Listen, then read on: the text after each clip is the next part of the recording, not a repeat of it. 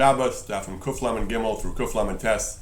On Daf Kuflam and Gimel, the Gemara brings the din that circumcision is performed even if the person has a neged tzaras on that part of the body and you'll cut it off. Normally there's a lav, a prohibition against cutting off a neged tzaras, hishomer b'neged tzaras, but here the mitzvah of Mila overrides his doche, the prohibition against cutting it off.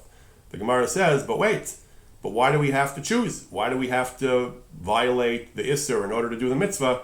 Let someone else do the Mila. If the father himself performs the Mila on his son, he wants his son to be tar, so that by cutting off the taras, he violates the prohibition against cutting off a neged taras. If someone else does the Mila, he doesn't really care if the child is going to be tar from the taras or not. So it's if he doesn't care, then that's not the prohibition of Hishamer. There's no prohibition being done. So the rule is, whenever we rely on a Seidah Chalos Aseh, we always say, if it's Efshel L'Kayim Shneim, if you can fulfill the mitzvah without violating the Avera, that's preferable. So why don't you do that? So the Gemara says, Deleka Acher. You're right, that would be true. We're talking about a case where there's no one else to do it, that the father has to do it, then we say Seidah Chalos Aseh. A number of Achronim bring this Gemara as an argument against a famous position of the Shach. The Shach says that a father ideally should do Mila on his own son. If he can't, then you have a Moel do it. But if the father could, he really should do it himself. And if the father could and gives it to someone else to do, the father is really violating the mitzvah of Mila. He's failing to do the mitzvah incumbent upon him. He sees people often honor others, even if they're capable of doing it themselves. If they do that, they're mevatel the mitzvah. They forfeit the mitzvah by not doing it themselves. So a number of Achronim ask, so if so, what's pshat of this Gemara? This Gemara says that if there's a neged tzaras, then if there's someone else to do the Mila, the father shouldn't do it. Let someone else do it. But why? If the father lets someone else do it, he's being mevatel the mitzvah. So why would we tell him to do that? I say he's allowed to do it himself. Having someone else do it is not really a good solution, because then he's going to be mevatel the mitzvah, his own mitzvah. Even if someone else will, the kid will still have a Mila. Someone will get the mitzvah, but he's mevatel his mitzvah according to the Shach. So what kind of solution is that for someone else to do it? The father has to do it if he's able to. So they say the Shach is wrong. They say you see from this Gemara that the father is allowed to have someone else do the Mila, even if he's capable of doing it himself. Other Achronim say no. Other Achronim say, even according to the Shach, that the father is ideally shouldn't give it to anybody else. He's being mevatel the mitzvah by doing so, but nevertheless, that's when there's nothing wrong with the father doing it himself. When there is a lav because of taras, then the Shach would agree that the father can give it to somebody else, even though it's not ideal, but that's the best choice you have in a case where there's a neged tzaras. But in a case where there's no neged tzaras, then the Shach says the father really should do it himself. This is in part at least the basis for a custom some people have, even if they're not trained mo'alim, they have the mo'al set up the Mila for them, put the clamp on, and set up the knife, and they just do the actual chituf, the actual cutting, because there is a mitzvah, certainly according to the Shach, there is a mitzvah the father fulfills if he does it himself, that he does not fulfill if he simply hires a mo'el to do it for him. Again, not everyone agrees to the Shach. Many Achronim feel this Gemara is against the Shach, but that is the position of the Shach. The Gemara brings a brisa, talks about tzitzin ma'akvenas hamila, certain parts of tissue, the removal of which is essential to fulfill the mitzvah of Mila, and tzitzin she'ein ma'akvenas hamila, other types of tissue, the removal of which is a hiddur mitzvah, the Gemara explains, but it's not essential. The Gemara says, once a person finished the Mila itself, finished the main Mila, and he hasn't done the secondary tzitzin, he doesn't go back and do them. As long as he's still in the middle of the Mila itself, then he should ideally cut off all those different parts of the skin. But once he finished the main act of Mila, he does not go back to do the tzitzin, the superfluous, the lesser important tzitzin, which are ein ma'akvenas hamila. There's a machlokes, however, Tur and Rambam, whether it means you don't go back at all, there's no point, even during the week you don't go back, or it means on Shabbos. On Shabbos, where there'd be an extra malach involved, you don't go back because you fulfilled the ikra din. But during the week, you should go back because of hiddur mitzvah. This machlokes between the Tur and the Rambam seems to be, a number of Achronim suggest, seems to be a machlokes whether it's possible to perform a hiddur mitzvah once you've already performed the basic mitzvah. You're done with the basic mitzvah, and now you want to do it again in order to fulfill it in a more ideal way, to do some hiddur. Is that possible? Maybe hiddur is only when you're performing the mitzvah itself, the first time. You can do it in a better way, continue doing it, cut off the other tissue, but once you're done, you can't perform a hiddur anymore. Or you can say, no, keep going, do a new action, and do the hiddur as well. That seems to be the machlokes between the Tur and the Rambam. Some Achronim relate this to a famous Chakira known as Rav Chaim's question, Rav Chaim Soloveitchik, but it's also discussed by other Achronim, including Rav Chaim's own father, the Beis Halevi. The question is, a person takes an esrog. It's not a very nice esrog, but it's kosher. It's a basic esrog, fulfills the mitzvah. He's yotzi the mitzvah. Now he has a new esrog. Now he has the opportunity to take another esrog, which is much nicer. Could he still take the second esrog? Will he get a hiddur mitzvah by taking this new one now? He's already yotzi the basic mitzvah. Rav Chaim apparently held no. Once you yotzi the mitzvah, you're done. You can't do a hiddur anymore once you already fulfill the main mitzvah. Other Achronim said maybe not. Maybe you could still fulfill the mitzvah by doing it again. This time with a nicer esrog, you're mekayim hiddur mitzvah. So the Beis Halevi, Rav Chaim's father, actually wanted to say it depends on this machlokas, Torah and Rambam. A person already finished the milah, he has now fulfilled the mitzvah, the child is considered nimo, circumcised. Now he wants to go back and do another action of hiddur, of cutting off those extra tzitzin. That would be the same machlokas he suggests. Beis Halevi says maybe milah is different. Milah, he proposes an idea that other Achronim suggest as well. Milah is not just the act of the circumcision. Milah is the state of being circumcised. It's a lifelong state. Every moment a person is circumcised, that's part of the mitzvah. Therefore, milah makes sense to go back and do it again because of hiddur mitzvah, because it's ongoing. It's not just the original act of circumcision, it's the ongoing state of being circumcised. For other mitzvahs, lulav and esrog, once you did it, you're done, you're finished. So it doesn't. Maybe everyone would agree it doesn't make sense to go back and do hiddur mitzvah. Other poskim, Rav Pesach Frank, makes the opposite distinction. He says, milah, once you do it, you're done. There's nothing else to do. You're finished. So there's no point in going back. However, lulav and esrog, there are sources that indicate that the entire day you do the mitzvah more and more. There were people who the men of Yerushalayim would carry the lulavim for an extended portion of the day. There are the nanuim that you're still going to shake the lulav. So according to these poskim, the mitzvah of lulav is not yet done. So there's a chance to do more mitzvah, even though you already did the basic mitzvah midarai. So therefore, by lulav in particular, perhaps everyone would agree that it makes sense to take a second esrog if you have one that's more muhudder than the first one. The Gemara goes on. The Gemara talks about the idea of hiddur mitzvah in general. Zekeli vanveyu. In the Shira Sayam, we say Zekeli vanveyu. The Gemara darshans in one interpretation that means vanveyu, make mitzvahs nice. You should have sukkah na, beautiful sukkah, lulav na, shofar na, tzitzis na, sefer Torah na. Machlokas, whether this is a real drasha and a hiddur mitzvah is midaraisa. Most poskim say it's only midrabanan. The pasuk is an asmachta. Various Rishonim say that. There's an interesting machlokas going back to the Rishonim, whether hiddur mitzvah applies to a mitzvah that's not visible. People can't see it. For example, the inside of your tefillin, how the tefillin are written. No one ever reads them, except when you open them to check them. No one ever sees the tefillin. A sefer Torah you read, but so write nicely, write a nice sefer Torah. But the inside of the tefillin, whoever looks at them. So the outside should be nice, but is there any mitzvah to make a beautiful script on the inside of the tefillin? The minhag, of course, is people do. People do try to have a nice script inside the tefillin. It's actually machlokas rishonim. The Rabbeinu Tam and others said that tefillin are covered, so there's no need to write nicely. However, the Ramah Paskin is not like that. The Ramah says the mitzvah is to have tefillin should be beautiful externally and internally. And one of the proofs they bring is from our Gemara. Our Gemara says milah, that there's a hiddur mitzvah on milah. Nobody sees the milah. People don't go around naked, so nobody sees your milah, and yet there's a din of hiddur mitzvah. And one of that term is medayik, the language of the Gemara, hisna lefanav. It says you should beautify yourself in the presence of God, not in the presence of your neighbors and people who sit next to you in shul, in front of God.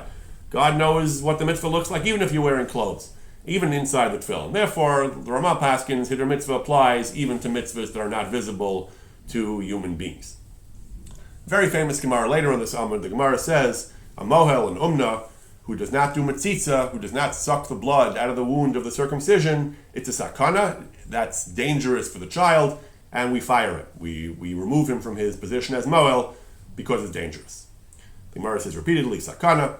This was a major debate in the 19th century and on, from the 19th century and on, whether this really applies today. Today, we don't really consider mitzitza to be essential for the health of the baby. It's not clear why Chazal felt it was. Different theories have been proposed. Some said that they were afraid of the blood clotting in that organ and causing problems. Some said that it would prevent swelling, prevent inflammation of the organ. Others have given a more modern explanation that it somehow has to do with it helps induce blood flow, it prevents hypoxia and other types of problems to the wound, to that organ. But we generally don't believe that mitzitza is necessary. Modern science doesn't believe mitzitza is necessary. So there's been a very vigorous, even vehement debate for the last couple of centuries over whether Metzitza is still required Bisman Hazeh. Some felt it was not because it's just sakana, it's not part of the mitzvah, it's just a sakana, and we don't have the same attitude toward the health benefits of it. Others said no. Some said that it's more than sakana, it's part of the mitzvah, even though Moshe Sinai, it's actually, the Gemara says it's also a sakana, and it's critical because you fire the person, but besides that, it's also part of the mitzvah. There's no real source for that in the Gemara, but some have suggested, particularly Al Pi Kabbalah, it's actually part of the Mila ritual, not just done for health reasons. Others have said, Rav Kook in particular argues that we have to follow the Gemara's medical advice, even if we don't agree, l'chumra, that if it's a question of pikuach nefesh, even if the doctors don't think it's a problem, we say Chazal felt it is. So the doctors of today can create a suffix, but they can't completely override the wisdom of Chazal. If Chazal said it's a suffix, we can't just say we don't think it is, and at least l'chumra, we have to do what Chazal said and do Metzitza, not because it's a mitzvah, but because it's a sakana. Some poskim said, had a compromise position, you do Metzitza, but not directly with your mouth, you use tubes or gauze. That's what many Ma'alim do today, that they don't use direct oral suction, but some still do. Some still do direct oral suction, particularly in the more traditionalist camp. There are Ma'alim who do it both ways. Daf Kuflam and Daled, the Gemara talks about red and green babies. You don't do Mila if the baby is too sumak, too red, or too green. So red, it's not clear what the Gemara means. Rabbi Avram Sofer Abraham and Nishmas Avram, he doesn't really know what Chazal meant. He brings one authority says it means bluish reddish, which means, and he has difficulty breathing. Rabbi Abraham says it sounds like he's talking about someone who's blue because he has some kind of respiratory problem or a heart condition. That's not what the Shulchan Aruch seems to indicate, so we don't really know exactly what too red is. Too green, yarok is a hard word to translate, sometimes green, sometimes yellow. In this context, everyone assumes that yarok means that the baby is jaundiced, the baby is too yellow. You don't do the bris, and that is indeed a halacha that is still followed today. We don't do a bris if the baby is jaundiced. In general, there are two types of jaundice. Rabbi Abraham explains at length. There is physiological jaundice and pathological jaundice, neonatal jaundice. Many babies are jaundiced. Very large percentages of babies have neonatal jaundice. It's not a big deal. It's 60%, according to Wikipedia, of full-term newborn. 80% of preemies are jaundiced. Generally, if it's not pathological jaundice, if it doesn't derive from a serious underlying condition, it's not a big deal, and the conventional wisdom of modern medicine is that it doesn't really matter, you can do the Mila. Nevertheless, many of the great poskim of the 20th century say that it doesn't matter. The tradition from Chazal is that we don't do a Mila on a jaundiced baby, and therefore Rabbi Abraham brings from Rabbi Yashiv. We have to follow Chazal, similar to what we said before from Rav Kook. We have to follow Chazal. We don't do a Mila if the baby is jaundiced. Minchas Yitzchak says that even if the bilirubin count, that's a measure of bilirubin, a substance in the blood, which causes jaundice, even if the count is actually low, they have standards and levels which are considered problematic. Even if the count is low, and the doctors say you can do the Mila, we don't pay attention. The Gemara says you don't do a Mila if the baby is jaundiced, and therefore you don't listen to them, and you don't do the Mila. Rabbi Neuwirth, Rabbi Abraham's Rebbe, Rabbi Neuwirth, the author of the Shmir Shabbos Kol Chasa, he goes even further. He says he's not even happy with the fact that some Mo'alim make the decision of whether to do the Mila by referring to the bilirubin count. He says that's not what Chazal told us. The tradition from the Gedolei HaHara of previous generations to seize, the Gedolei HaHara of our generation, is, he says, that everything depends on visual inspection by the Mo'el and the doctor, how yellow, how jaundiced the baby is. We don't pay attention to laboratory metrics, and then we simply look at how yellow the baby is. We have some kind of, you'd think that the chemicals, that the biological test would be a more objective standard. Rabbi Neuwirth said, no, we simply we do a visual inspection, make our decision based on that. My understanding is that is pretty much the consensus, that we don't do a Mila on a jaundiced baby, despite the fact that, assuming there isn't pathological jaundice, assuming there isn't a real problem, Rabbi Abraham goes through the details, but the medical profession will generally say it's not a big deal. We generally don't do the bris if the baby is jaundiced. Some of them do take into account the bilirubin, not like Rabbi Neuwirth says that they should just make a visual inspection, but either way, we don't do a bris if the baby is jaundiced, despite the fact that that modern medicine says there's not a problem. Rabbi Abraham does quote Rav Shlomo Zalman Auerbach, who's a bit of an exception to this traditionalist consensus. Rav Shlomo Zalman, he says, wrote to him that maybe the Gemara, the Shulchan Aruch, who talked about not doing a bris on a jaundiced child, they were talking about, again, where he has a pathological jaundice, an underlying problem. Then we don't do the bris, but not the standard neonatal jaundice, which is fine, which is just a physiological condition, but isn't really pathological. If the doctors all agree there's no danger, he says, maybe you could do the bris. Maybe the Gemara is not talking about that. But the consensus seems to be that we don't do the bris for substantial jaundice, that we don't do the bris. Whether you need to wait 7 days, we'll discuss that when we get to the Gemara later. That in certain cases of sickness, you actually have to wait 7 days from when the child becomes better. In some other cases where the problem is not as severe, we don't wait 7 days. As soon as the child improves, we do the mila right away. Whether you have to wait 7 days from the subsiding of the jaundice, Rabbi Abraham brings numerous different opinions about, depending on what kind of jaundice, about numerous different opinions about whether we actually require waiting 7 days after the jaundice subsides. Daf Kuf Lamed Hey, the Gemara says you're machal Shabbos to save an infant. He's a human being. But that's only if he's a 7-month-old baby or a 9-month-old baby, an 8-month-old baby. We're not Machal Shabbos to do the Mila. We're also not Machal Shabbos to save his life. We just let him die because he's not alive. He's kameis, Rashi says. He's not really a real person. And an 8-month-old baby is not considered a living human being. We're not Machal Shabbos. Again, about 150 years ago, they developed the incubator. Poskim began to discuss that today we actually save some of these babies. Today it's pretty routine actually to save preemies today with incubators and other technology. First of all, beyond that, in general, Chazal's idea that an 8-month-old baby is less viable than a 7-month-old baby is not consistent with modern science of embryology. And B, we can save 8-month-old babies. It's a fact. We do with incubators. So Poskim began to discuss this for the last century and a half or so. Imre Yoshe, Rav Meir Arik of Poland, beginning of the 20th century, he actually rules that that just because they have the new machine in Paris and other big cities, that they can save a real nefil, a really premature, underdeveloped baby, they can save him by putting him in the incubator, he says. He said it doesn't change the din. He's considered a nefil, we're not machal Shabbos, unless and until he's already lived for 30 days, then the standard rule Chazal applies. Once he made it past 30 days, we assume he's viable and we save his life. But before that, the incubator doesn't matter, he says. It's true, he doesn't deny the facts that we save some babies by incubators, but he says, even if it worked many times, it's already proven itself to be effective, he says. Maybe it's only a minority of times, it's not a very frequent occurrence, he says. Again, he was writing 150 years ago. The facts today, I think, would be different, that the incubator is more than, it's not a miyut hagomer. We save many premature infants with incubators and modern technology. It's hard to know if he would have really maintained his position in the face of modern science. The Chazon Ish warns you, he says, some people think that a child who's born preterm, before 9 months, is a nefel, non-viable, they give up, they don't bother with him, they don't try to save him, they're not very diligent in trying to save his life. It's an error, he says. As long as he's fully formed, Chazal standard, over the next couple of blocks, we're going to see discussions of the hair being completed, the fingernails the Gemara is going to talk about being completed. We're not going to get into the details of that, but the Gemara talks about certain signs of physiological maturity. If he meets those signs, then he's possibly viable, and certainly in Machal Shabbos, he says, you have to do whatever you can to save his life.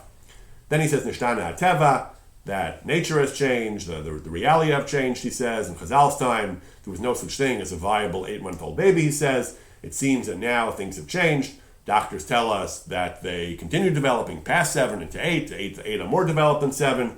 Nishtana Teva. The other areas in Nishtana Teva. So therefore, today, Chazon Ish, certainly if it's Gomru Arav Tziparnav, if those are developed, we would save his life. Not so clear what would happen if they weren't. Nishmas Rabbi Abraham brings from other poskim, Minchas Yitzchak, he says, today we clearly see that incubators can save the lives of the premature infants. Shmir Shabbos says that we do that. As long as we can save his life, we do that. Even if we're not going to save his life permanently, we just do Chayei Shah. We can temporarily prolong life, he says. So we do that. And he gives the rules are as follows. An ordinary Ben Ches, he says, about an ordinary 8-month-old baby who has no obvious terminal condition, he says, no clear terminal condition. Medina de Gemara, you would not be Machal Shabbos to save his life, but today we do, because today these babies are viable. He says a Ben Ches, a premature infant with a terminal condition, with a condition that's going to be fatal, and he's not going to live for 30 days. Mikra Din, even today he says, Mikra Din, you would not be Machal Shabbos to save his life. However, he says, that he brings an incredible novel svara. He says, in a hospital setting, once we start mixing in and tell them, don't save this baby, save that baby, it's going to cause chaos, it's going to cause the lack of proper treatment to even viable babies. That could cause harm to other babies, so we just say, save everyone, because the alternative would mean that some viable babies don't get saved. So in a hospital setting, we tell them to save everyone. A full-term baby, even if he's terminal, even if he has a terminal condition, as long as we can prolong his life, since he's considered a full-born baby, we are Machal Shabbos to save his life. And even a nefel, a full-born nefel, a preterm baby who's not viable, who you don't save his life, that's only if there's no chance of saving his life. As long as there's some chance of saving his life, then he's not a nefel. He might not be a nefel. And misafek, certainly, we are Machal Shabbos. Daf Kuf Lamed Vav, the sugya goes for a while discussing nefel, infants who can't survive, miscarriages, and so on. So the Gemara talks about Avelos for babies who are nefalim, who died within the first month. The Gemara brings a story of Rav Bar Yosef, who was observing Avelos, and they corrected him. They said that you don't do Avelos. He explained he was kololo chadashav. He was physically mature. He was full term. So even though he died young, if he's full term, then we say he was a viable baby, and we observe Avelos. Another story, the Gemara says that Rav Ashi visited Rav Kahana. He had Avelos, a baby who died within 30 days, and he was also observing Avelos. He told him, we don't do that. So he said, no, again, it was Kol Chadashav. This is a baby who was full term, so even though he died within 30 days, we observe Avelos. This is the halach in Shulchan Aruch, that we do not observe Avelos for a baby within 30 days, certainly not for a miscarriage, unless it's Kol Chadashav, unless we know for a fact that he is a full-term baby.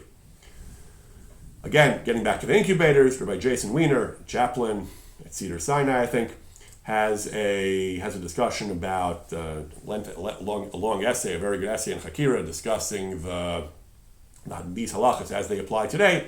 In an incubator, he quotes various opinions about if the baby survived 30 days, but only via an incubator. He says posts can have different opinions about this. Moshe Feinstein has been quoted as saying that if it only survived with medical intervention and the baby wouldn't have made it without that, the baby is a nefel. Other posts can hold like that, others disagree, and so on. The general question of what to do about Avelos today, about an infant or about a miscarriage, so you certainly don't have to, unless we know for sure it's Kol Chadashav, that he was a full 9-month baby. In general, if the baby was not known to be a full 9-month baby, or certainly if it's an early miscarriage, you don't observe Avelos. People often want to. Rabbi Wiener quotes different opinions among the poskim as to whether you're allowed to do Avelos. There are some poskim who discourage Avelos, he says. Some poskim felt that it's actually better, it's healthier for the parent not to do Avelos. They want them to return to the normal course of life. They want them to even start over, even have another child. Other poskim say in general Avelos is discretionary, even though you don't have to observe Avelos in these cases. If parents want to, they're allowed to, as long as there's no Isser involved, like Bittul Torah. A real Avel is not allowed to learn Torah. So you shouldn't say you're not going to learn Torah for discretionary Avelos. But some poskim do allow discretionary Avelos if it's helpful. Again, the question is on this Gemara. When the Gemara says that various Amoraim were challenged for observing Avelos, and they said, "Oh, it was Kol Chadashav," why couldn't they answer, "I just feel like it. It's for mental health." All right, but poskim disagree about that. Rabbi Wiener says that Rav Asher Weiss, in a personal correspondence, told him the minhag is not to do anything for a fetus. A fetus is not considered a nefesh, a full-blown soul. However, a baby that has been born, it is challenging to categorize as easily, and may be mourned if one so chooses. Suppose we have different opinions about whether Avelos is, it's certainly not required in these cases, whether it's an option, a good idea. Some poskim say you can observe a non-halachic shiva, you can observe some of the practices of shiva, sit on low chairs. Although again, the mother is not feeling so well, but don't make her sit on a low chair if she doesn't want to.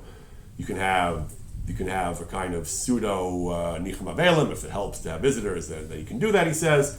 Parents can accept, according to some authorities, things like not cutting hair, not wearing shoes, not washing, not bathing. Daf Kuf Lamed Zayin, the Mishnah talks about when you do the bris milah on the 8th day, of course. But we had earlier in the parak that you don't do a bris milah shelo bizmana. If a bris milah is on the wrong day, the baby was sick, or for other reasons it couldn't be done on the right day, now the Mila is done the first available day. A Mila Shelo Bizmana cannot be done on Shabbos. Mila Bizmana on the 8th day is done on Shabbos. We do it all the time on Shabbos. Mila Shelo Bizmana, once you miss the 8th day, now the Mila is being done, you don't do it on Shabbos. The Mishnah accordingly says you can have babies having their bris Mila on the 8th day, the 9th day, the 10th day, the 11th day, and the 12th day. No other possibilities. Obviously, if the baby's sick, you can have the Mila done 3 months later also. But in general, without questions of sickness, you could have Milas being done on days 8, 9, 10, 11, or 12.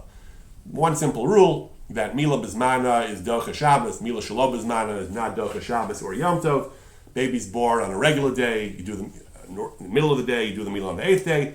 If he's born Ben Hashmashas, between, let's say, Tuesday night and Wednesday night, if he's born on Tuesday, you do the bris on Tuesday.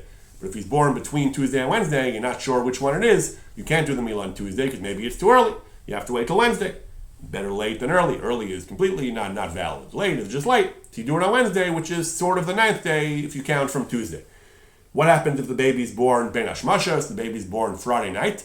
So any other day, if not for the question of Mila and Shabbos, you would just do the Mila on Shabbos, the next Shabbos, Safek. But you can't do that because if the baby was really born on Friday, then Shabbos is Shelo Bizmana. So you can't do the Mila on Friday because maybe it's too early. You can't do the Mila on Shabbos because maybe it's late and Mila Shelo Bizmana is not Docha Shabbos.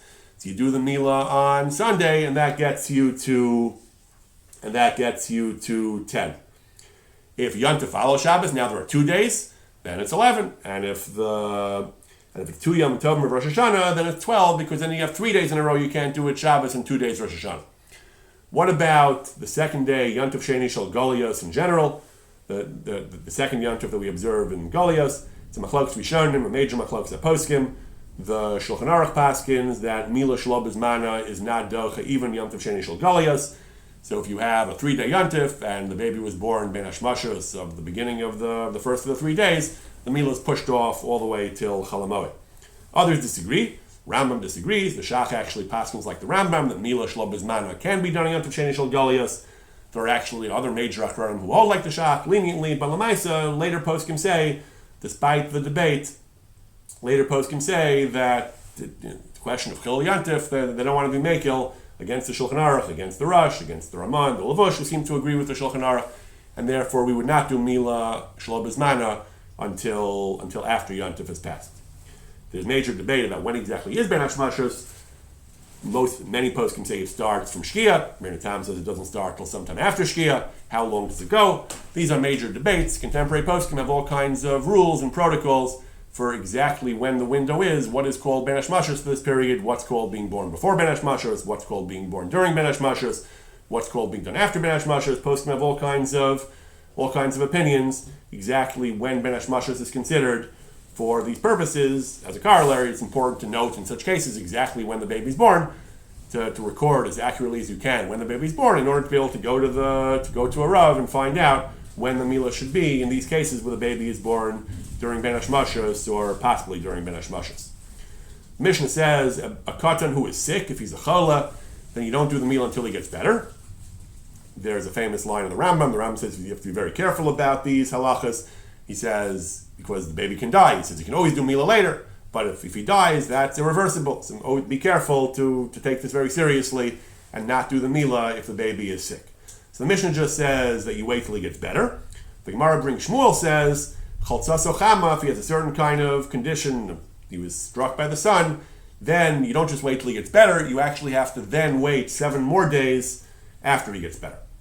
We pass in this way in Shulchan Aruch, that if he is significantly ill, you wait till he gets better and then you count 7 more days. Me'es L'Eis, the Gemara talks about how to count those days. We pass in Me'es L'Eis, 7 24-hour periods.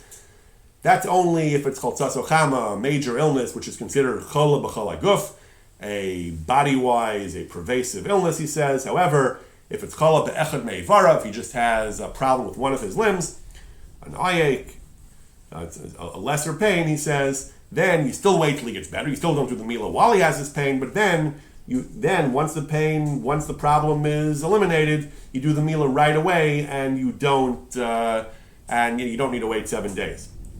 Even in one limb, though, a pain in the eye, similar to what we have in Hilchos Shabbos, once the pain is really great and it's intense pain, can be like Chola Kol HaGuf. So we have these two these two rules, certain sicknesses are considered cholak kolaguf, an intense pain. You wait 7 days from when the problem is eliminated. Certain other types of problems are enough to postpone the milah, but you don't need to wait 7 days from when the problem ends.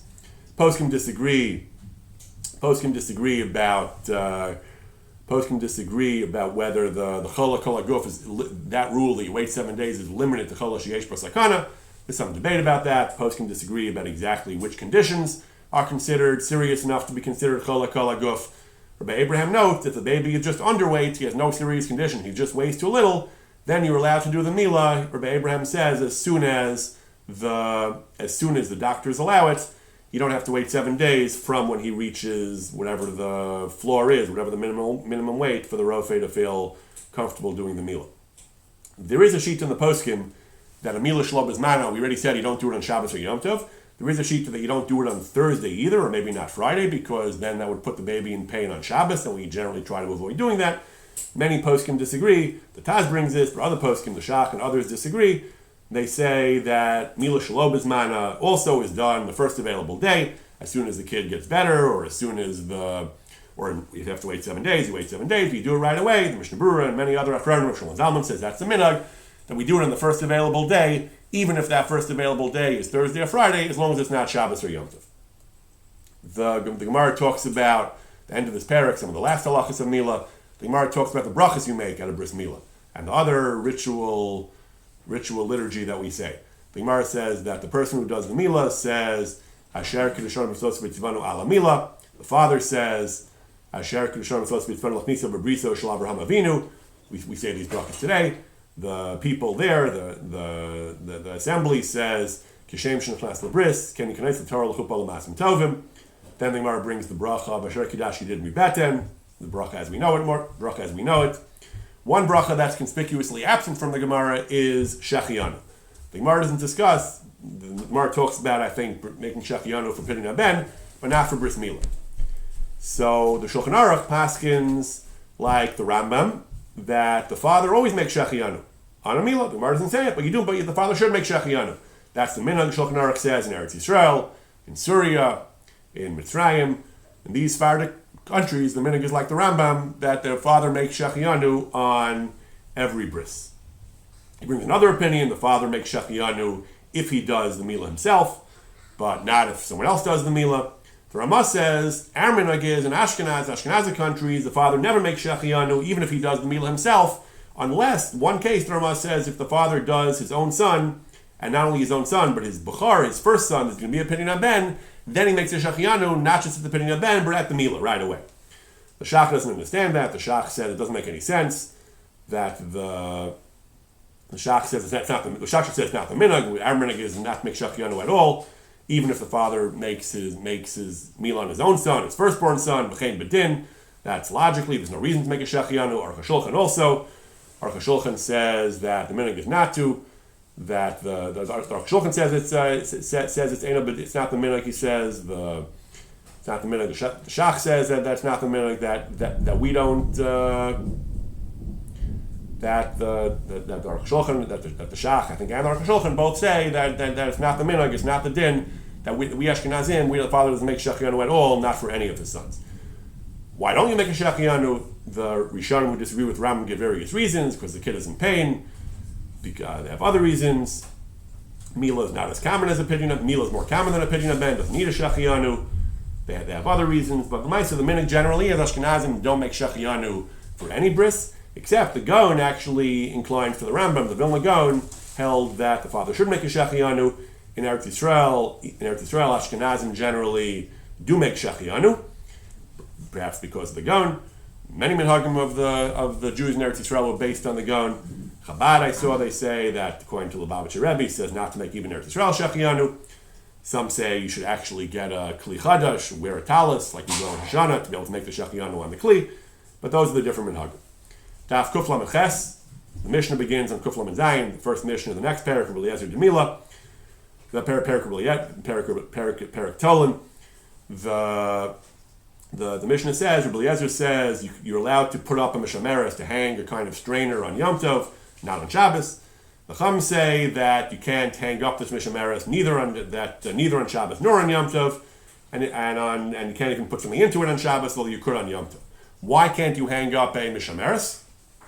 So the Gemara on Kuf Lamed Ches says, the Gemara originally thought it was deraisa, the Gemara rejects that. The Gemara says, you know why you can't hang up a mishameres, midrabanan, it's an isur drabanan. Why? Because you shouldn't do it. You shouldn't do something, the kind of thing that you do during the week. Derech shu ose b'chol.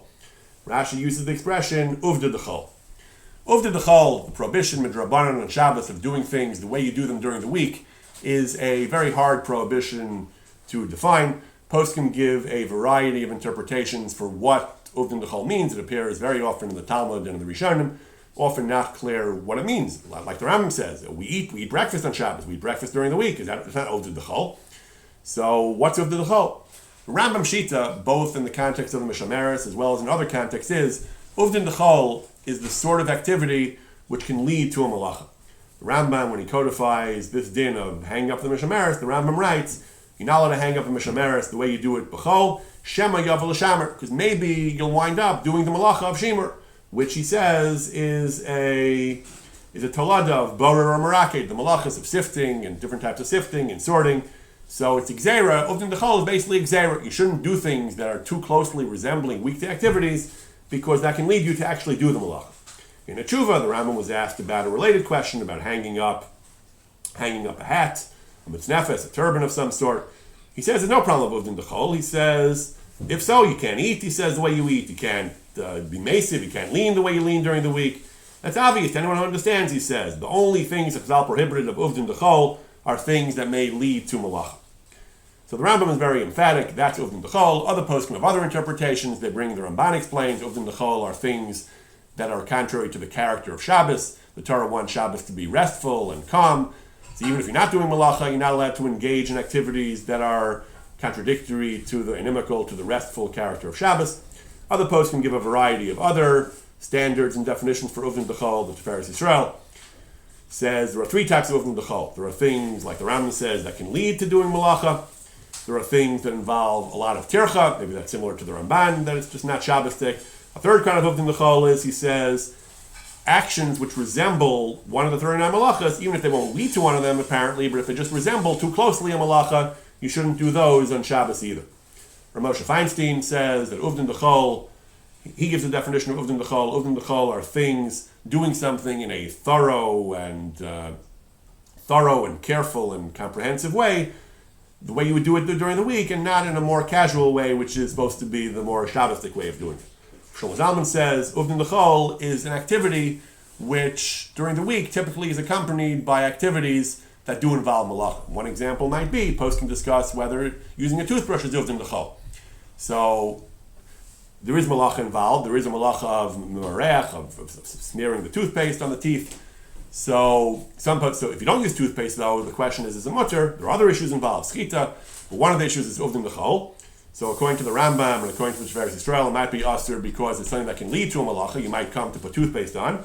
According to Rav Shlomo Zalman, it's a pu'ula, it's an act which during the week is accompanied by other acts which involve malacha, like using toothpaste, and maybe according to him also there would be basis to say that a toothbrush would be Uvdin D'chol. On Daf Kuf Lamed Tes, the Gemara talks about how people would be able to, if they would wrap themselves in a kila, a kind of garment or a fabric thing, and wear it outside, which is fine because you're wearing it. But the chiddush is, even though there were straps, even though there were kaskasei, which are ritzuos, there were straps attached to it, you don't have to worry because the straps are considered batel, they're secondary to the thing itself that you're wearing as a garment. So even though you're not using the ritzuos, that you're not using them, nevertheless they're considered batel to the thing. It's different from tzitzis. If you wear a garment with tzitzis, if the tzitzis are properly made and they fulfill the mitzvah, then you can certainly wear the tzitzis outside. But if the tzitzis ripped and you're currently not yotzei the mitzvah of tzitzis, then the tzitzis are a masvik because they're superfluous. How is that different from straps that you're not currently using?